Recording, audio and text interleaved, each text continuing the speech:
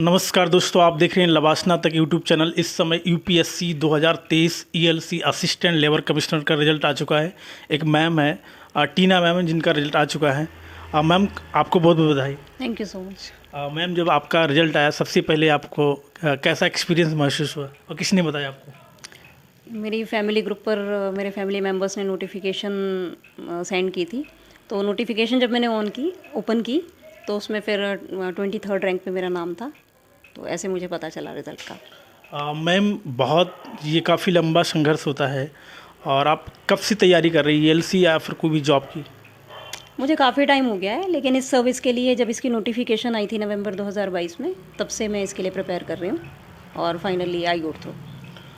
अगर आप बताना चाहें तो कितने लोगों का लगभग फॉर्म पड़ा था, कैसे सिलेक्शन, अगर थोड़ा सा ब्रीफ करना चाहें थोड़ा। एक आरटीआई के रिप्लाई के अकॉर्डिंग लगभग 10,000 से ज़्यादा लोगों ने फॉर्म फिल किया था। और एग्जैक्ट अभी नहीं पता है कि कितने लोग एग्ज़ाम में एक्चुअली अपीयर हुए थे, लेकिन अभी फाइनली फिर 29 लोग जो हैं यूपीएससी ने सिलेक्ट किए हैं। तो मैम, आपको प्रिपरेशन करते हुए काफ़ी सारे लोगों ने ये नहीं बोला कि आपका नहीं हो पाएगा, और ऐसा बहुत सारे लोगों ने बोला होगा, थोड़ा सा अगर बताना चाहें तो। नहीं, मेरा तो ज़्यादा इंटरेक्शन अपनी फैमिली के साथ ही होता है, और बहुत सारी चीज़ें जो है फिर बाहर इस तरह की जो चीज़ें होती हैं मैं बाहर डिस्क्लोज़ करती नहीं हूँ। तो बाहर कोई ऐसा सवाल नहीं है कि कोई कुछ इस तरह की बात बोल पाए, लेकिन फैमिली में कुछ ऐसी बात नहीं है। फैमिली तो हमेशा सपोर्टिव रहती है। क्या आपको उम्मीद था कि आपका सिलेक्शन होगा? मैंने इसी उम्मीद के साथ अपनी तैयारी शुरू की थी कि मैं एक सीट लूँगी और एक सीट मेरी है, लेकिन अल्टीमेटली क्या होता है कि फ़ाइनल तक आप इस बात को लेकर श्योर नहीं हो सकते हो कि आपका नाम लिस्ट में आएगा या नहीं आएगा। लेकिन हाँ, इस उम्मीद के साथ मैंने तैयारी ज़रूर शुरू की थी। ओके, टीना मैम, आप बताएं कि आपके फैमिली में कौन कौन है और कैसे कैसे आपको सपोर्ट करा लोगों ने? मेरी ये बहुत प्यारी सी जॉइंट फैमिली है और हम 10 लोग हैं।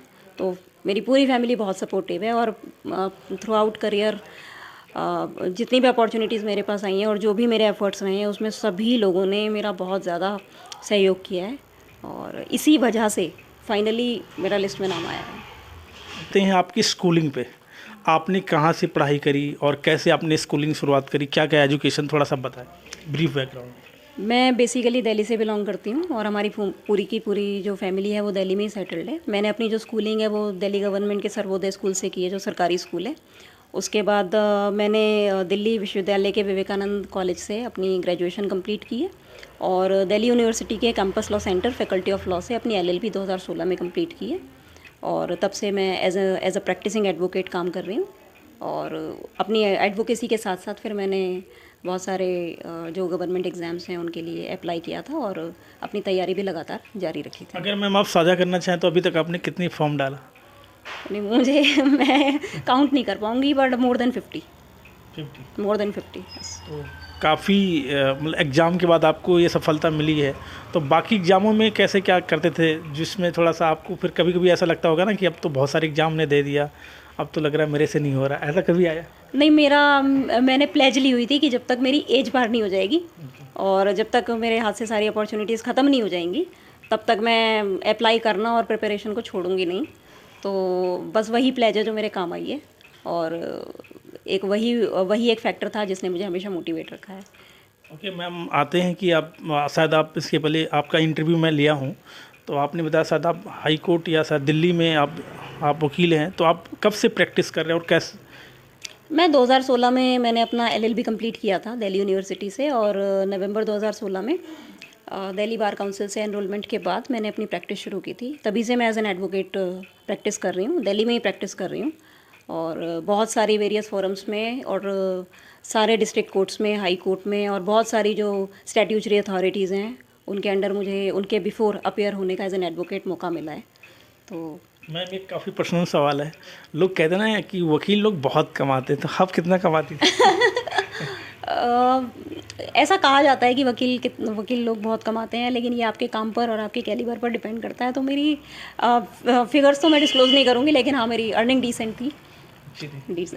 अब मैम, आते कि आपने ईएलसी के यानी असिस्टेंट लेबर कमिश्नर की आपने कैसे प्रिपरेशन करी थी और कोई कैसे कर सकता है, इसके विषय में थोड़ा सा बताइए। थोड़ा कैसे प्लानिंग थी आपकी ईएलसी की प्रिपरेशन करने के लिए? एएलसी की प्रिपरेशन मैंने ऐसी की थी कि मैं प्रैक्टिसिंग लॉयर हूँ और साथ में सर्विस और लेबर मैटर्स को भी डील कर रही थी।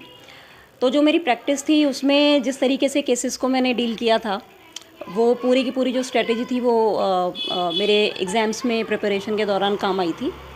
इसके अलावा फिर यूपीएससी क्योंकि एग्ज़ाम से लगभग 1.5-2 महीने पहले ही अपनी नोटिफिकेशन जारी करके सिलेबस बताता है, तो जितने भी बैरेक्ट वगैरह थे और जितने भी लेबर लॉज यूपीएससी ने अपने सिलेबस में प्रिस्क्राइब किए थे, उन सभी के बैरेक्ट्स को मैंने थोरोली स्टडी किया था, कॉन्स्टिट्यूशन को थोरोली स्टडी किया था, करंट अफेयर्स पर अपनी पकड़ अच्छी रखी थी।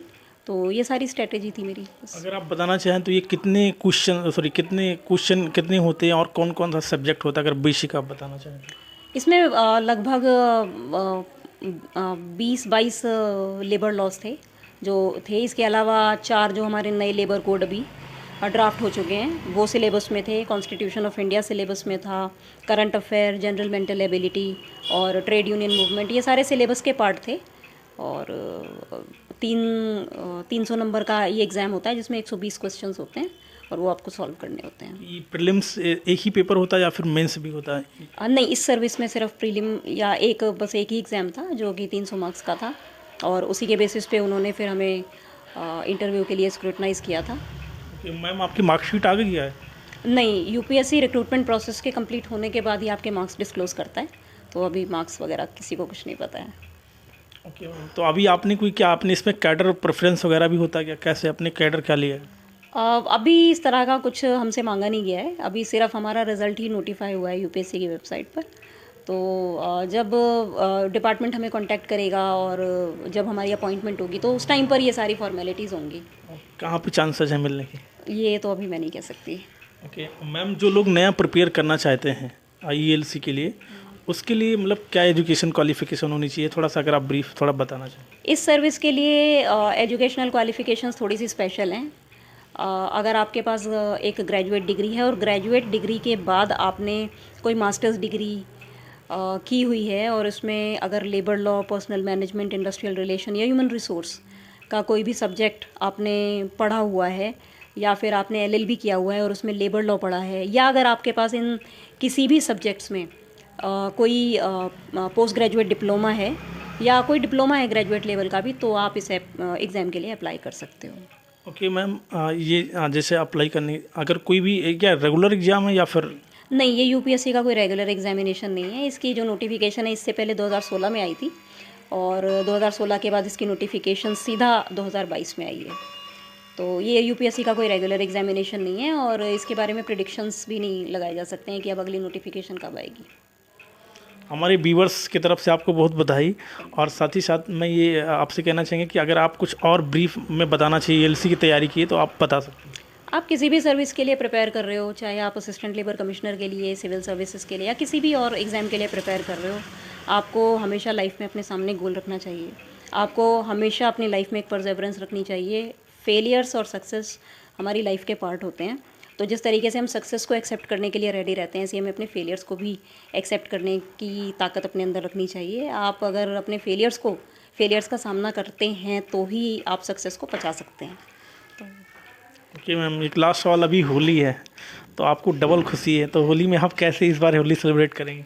इस बार त्यौहार की बहुत ज़्यादा खुशी है क्योंकि मेरे दादाजी के बाद अब कोई हमारे परिवार से गवर्नमेंट सर्विस में जाएगा और ग्रुप ए सर्विस में जाएगा, जो मेरी फैमिली के लिए बड़ी प्रेस्टिजियस बात है। तो इस बार हमारी होली बहुत स्पेशल रहेगी। काफ़ी और पर्सनल सवाल है, अभी तक कितने लोगों ने बधाई दे दी? अभी हमने ज़्यादा कहीं ऐसे कुछ डिस्क्लोज़ किया नहीं है, बस हमारे फैमिली मेम्बर्स को ही मालूम है। तो और मेरे 1-2 फ्रेंड्स हैं जो मेरे साथ मेरे स्ट्रगल में साथ थे। स्पेशली मेरी फ्रेंड थी सबीना यादव, जिसने मेरे इंटरव्यू में मेरी बहुत हेल्प की है अपने एग्ज़ाम के बावजूद। तो सिर्फ मेरे 1-2 फ्रेंड्स को ही पता है, बाकी और किसी को ज़्यादा कुछ पता नहीं है। मैम एक और सवाल है कि आपने कोचिंग ली थी या नहीं? नहीं, मैंने इस एग्ज़ाम के लिए कोई कोचिंग नहीं ली सर। लास्ट में क्या मैसेज देना चाहते जो बहुत सारी लड़कियां हैं जिनके घर वाले नहीं पढ़ाते हैं, उनके लिए क्या मैसेज है आपका? सॉरी, मैं कोई जेंडर बायस नहीं कर रहा हूँ, बट एक समाज में ऐसा क्वेश्चन है इसलिए। सर, समाज में ऐसी बड़े अफसोस की बात है कि ऐसी बातें आज भी हमें देखने को मिल जाती हैं। तो फैमिली मेम्बर्स को ये बात समझनी चाहिए कि आपका बच्चा है। अगर आपकी बेटी है तो भी आप उसकी माँ हैं, पिता हैं, और अगर आपका बेटा है तब भी वो आपको माँ और पापा ही कहेगा। तो सिर्फ जेंडर से प्यार ना करें, अपने बच्चों को चाहे वो बेटा हो बेटी हो बराबर शिक्षा देने की कोशिश करें, उनको बराबर सारी चीज़ें दें। और कोई भी आपका बेटा हो बेटी हो वो आगे चल के आपके लिए एसेट साबित होगा। आ, टीना मैम की माँ है, वो थोड़ा सा बात करेंगे उनसे। आइए मैम, आइए। हमारे साथ टीना मैम की माँ है। एक माँ, जब कोई दुनिया में कोई साथ नहीं देता तो सिर्फ माँ ही देती है। तो जानते हैं टीना मैम। आंटी जी, कैसे कैसे खुशी हो रही है आपको? खुशी तो है, रोने से ही हो रही है। ये खुशी के आंसू है ना?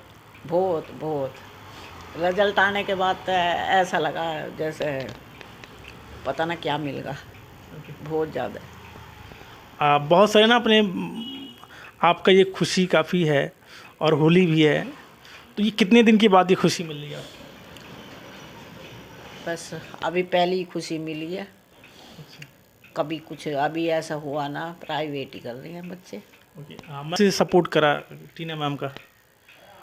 सपोर्ट तो यही करा है जैसा माप कर रहे हैं, जैसा जो मेरे को ठीक लगे मैंने करा। कुछ मैम की कुछ यादें हों जो बताना चाहें आप? हाँ, कभी कभी मुझे गुस्सा आ जाए, इतने सारे एग्जाम दिए, कभी कुछ ना हुआ। आपकी बेटी अब तो कमिश्नर बन गई है। हाँ, बहुत खुशी है। तो अब तो कोई शिकायत नहीं है? अब नहीं है कोई भी शिकायत।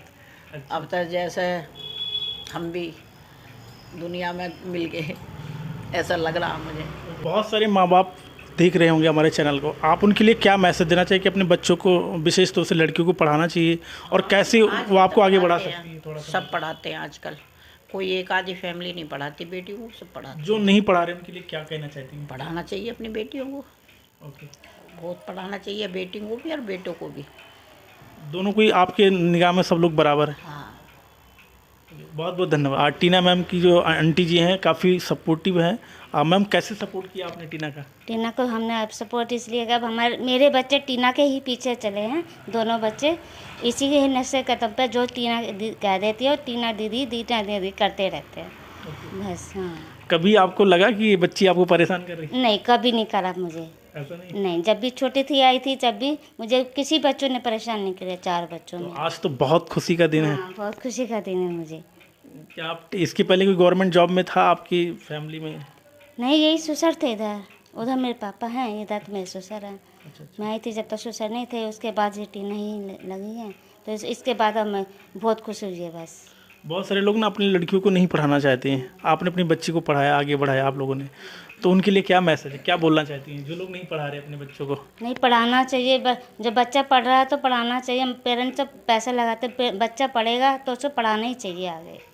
पढ़ा के कुछ होता ना, जैसा कि मैम बन गई कमिश्नर। तो हाँ, तो ऐसे ही बनना चाहिए बच्चा टीना के पीछे, जैसे टीना बनी है ऐसे और भी बच्चे बनने चाहिए। ओके, बहुत बहुत धन्यवाद मैम। टीना मैम की लगभग फैमिली पे लगभग लोगों से हम बात कर रहे हैं, ये इसलिए कर रहे हैं कि ये जो ऐसा घर मैंने देखा जो बहुत एक दूसरे को सपोर्ट करते हैं, इसलिए आजकल ऐसी कम फैमिलियाँ मिल रही, तो इसलिए मैं सभी लोगों से लगभग बात कर रहा हूँ। सर, आपका शुभ नाम? हिमांशु। टीना मैम आपके कौन से रिलेशन में आती हैं? मैं ब्रदर हूँ टीना का, छोटा ब्रदर। क्योंकि टीना मैम से आप मतलब कैसे सपोर्ट करते हैं टीना मैम को आपने? मैं हमेशा से हर तरीके का सपोर्ट करता हूँ। अगर कोई सपोर्टिंग मटेरियल चाहिए या कोई टेक्निकल हेल्प चाहिए, मोबाइल से, लैपटॉप से, कंप्यूटर से, कोई वीडियोस चाहिए, कोई सजेशन चाहिए, तो मैं उन सब में मदद करता था। और सिस्टर से लोग पैसे भी बोल लेते हैं। नहीं, हाँ, उसमें भी सिस्टर्स ने मेरी काफ़ी मदद करी है जब मेरी जॉब नहीं लगी थी। काफ़ी लोग तो इसलिए तारीफ करते हैं सिस्टर की, पैसे मिल जाएंगे जॉब कर। नहीं, वो दूसरा था, वो रीज़न भी था, बट वो दूसरा रीज़न था। फर्स्ट तो इसलिए था कि मेरी सिस्टर है, वो हेल्प करनी चाहिए। तो अभी आप क्या करते हैं? अभी मैं जॉब करता हूँ फिलहाल। कौन सी जॉब? मैं एक्सेंचर में करता हूँ, अच्छा। अकाउंट्स पेबल में। आपकी सिस्टर इतना बड़ा पोस्ट हासिल करी है, तो आप काफ़ी सारे लोग अपने नहीं पढ़ाना चाहते अपने सिस्टर को, तो आपका क्या मैसेज है इस पर? नहीं, पढ़ाने का तो अब कोई सवाल ही नहीं होना चाहिए। पढ़ाना चाहिए, जितना लड़कों को करते हैं उतना ही लड़कियों को करना चाहिए। हमारा ये मानना है हमेशा से, शुरू से ही, तो इसलिए हमने हमेशा से सपोर्ट करा। मैं बाहर भी सबको सपोर्ट करता हूँ, फ्रेंड्स सबको। ओके, बहुत बहुत धन्यवाद। Thank you so much. अभी मैं टीना मैम के पापा से बात करेंगे। सर बहुत बहुत बधाई आपको सर। आपको भी। सर बहुत भाग्यशाली होते हैं जिनकी बेटियां इतने बड़े पोस्ट पर जाती हैं, और आप भी काफ़ी भाग्यशाली हैं सर। हाँ है, उनमें से एक मैं भी हूँ। सर की काफ़ी आंसू आ रही है सर, खुशी के आंसू हैं सर। जब ये बेटी तो- या बेटा करता तो काफ़ी सीना चौड़ा हो जाता सर। ये तो खुशी के आंसू हैं। सर अपने बच्ची को आपने कैसे सपोर्ट करा सर? सपोर्ट तो हर माँ बाप को अपने बच्चे सपोर्ट करने चाहिए और अच्छी से अच्छी शिक्षा देनी चाहिए। तो आपको कभी ऐसा लगा सर कि ये मेरी बच्ची मतलब काफ़ी एग्जाम दे रही है, नहीं हो पा रहा, तो कभी आपको डिमोटिवेशन आपको आया सर कि ऐसा नहीं हो सकता, मत कर? नहीं नहीं, ऐसा नहीं। ऐसा नहीं है। बच्चे का हौसला हमेशा बढ़ाना चाहिए। शायद सर काफ़ी भावुक हो रहे हैं कुछ, तो मैं इस पर ज़्यादा बात नहीं कर पाऊँगा अभी। सर जो लोग अपने बच्चों को नहीं पढ़ाते उनके लिए क्या मैसेज है लास्ट में? मैं बस यही कहूँगा कि अपने हर बच्चे को जो है शिक्षा ज़्यादा से ज़्यादा देनी चाहिए और जिस हद तक भी बच्चा जाना चाहता है वहाँ तक उसको ले जाना चाहिए। बहुत बहुत धन्यवाद सर। थैंक टीना मैम की पूरी फैमिली से मैं लगभग काफ़ी फैमिली से मैंने बात करी है, काफ़ी इमोशनल है सभी लोग, और एक बात काफ़ी खुशी की बात है कि काफ़ी दिनों के बाद, यानी इनके दादाजी पहले गवर्नमेंट जॉब में थे, उसके बाद टीना मैम है। टीना मैम बहुत बहुत बधाई आपको। Thank you so much. बहुत बहुत धन्यवाद। Thank you.